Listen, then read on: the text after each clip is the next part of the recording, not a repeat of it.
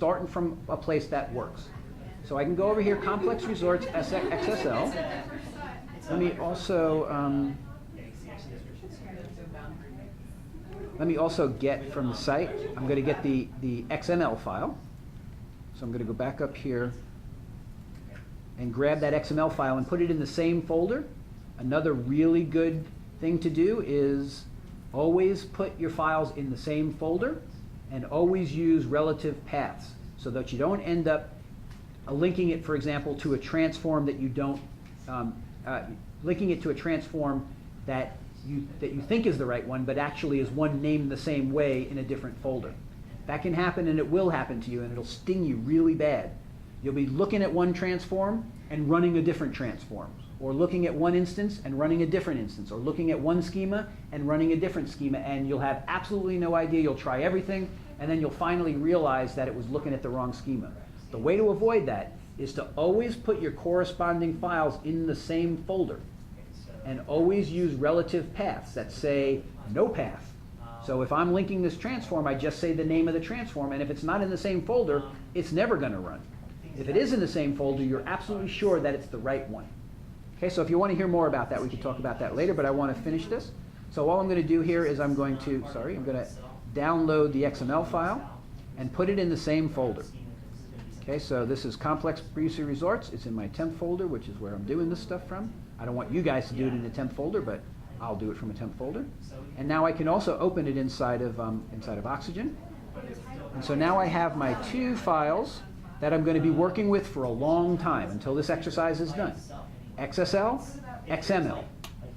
I don't really have to care too much. Oh, here's, by the way, an example of what I was just saying. See this, Complex BC Resort XSD? No path. If Complex BC Resort XSD isn't in the same folder, I can't validate. And if I can validate, I'm sure which one I'm validating with. It's not like I have one in some other folder somewhere that I inadvertently am validating from. Okay, so you'll see that a few more times.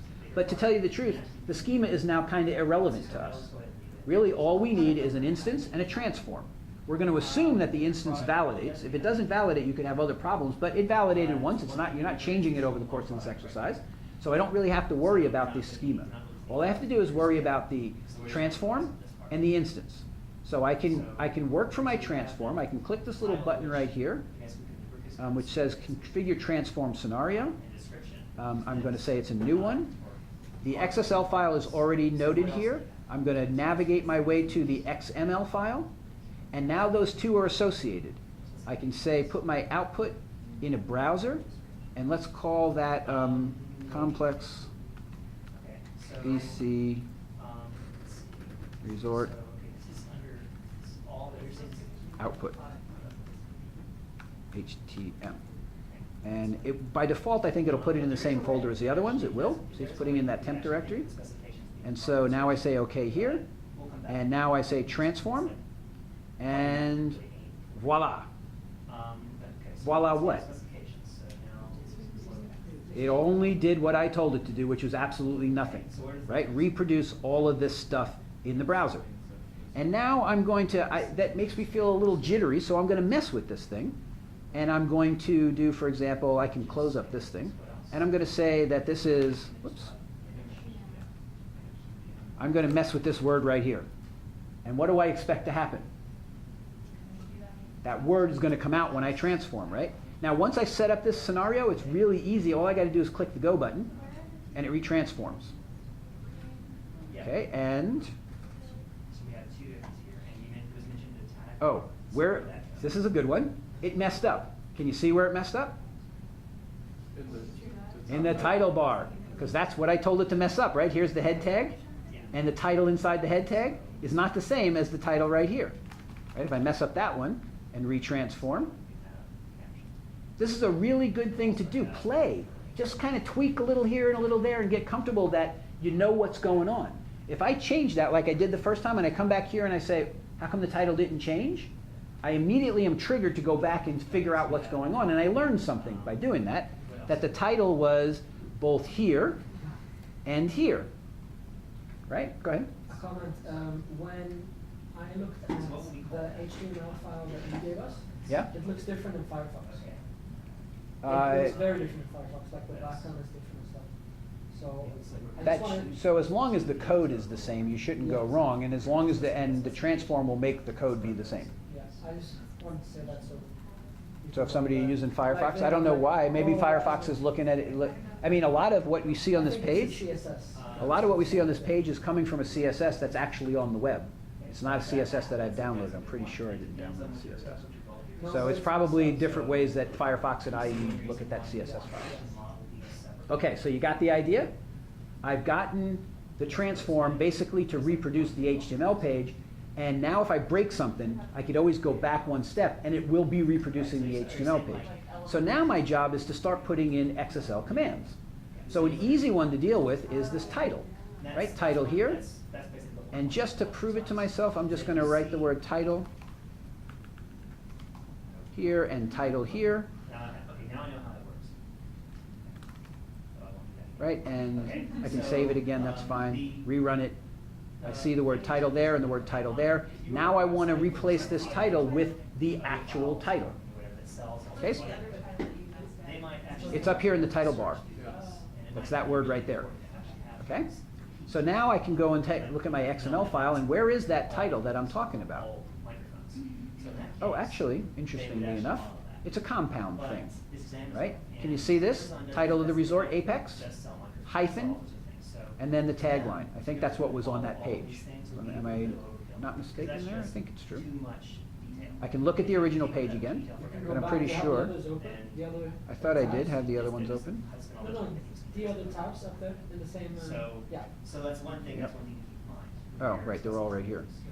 So, oh, okay, Apex, British Columbia, and then, oh, they're a little different, right? The one up here says title dash and then tagline. The one down here says title dash and then the word British Columbia. And let me make sure that we have that word somewhere in here. Yeah, there it is. That's the title of BC Snow. Okay, so let's start with the one that's down here.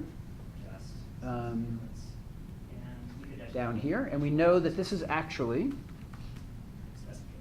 And I'll fill in the XPaths in a minute. Title, I just want to get the right thing here. Yeah, actually, you want to have this one be unbound, this one be optional. Okay, I put in two XSL value of commands, and why is it broken here? Do I have some? I have this messed up here.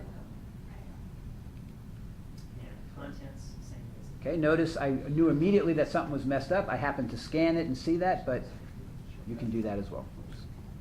Okay, so now I'm going to have one title hyphen another title. The question is, what are the two different titles? And I think I tell you explicitly to use absolute XPaths here. And so what's the absolute XPath to get to this title that says Apex? I'll give you a hint. It starts with / BC Snow. Everybody see that? Okay, now there's something really nice that's going to happen here, because I can get little assistance from Oxygen. See how all the possibilities for what goes after / pop up there, including BC Snow?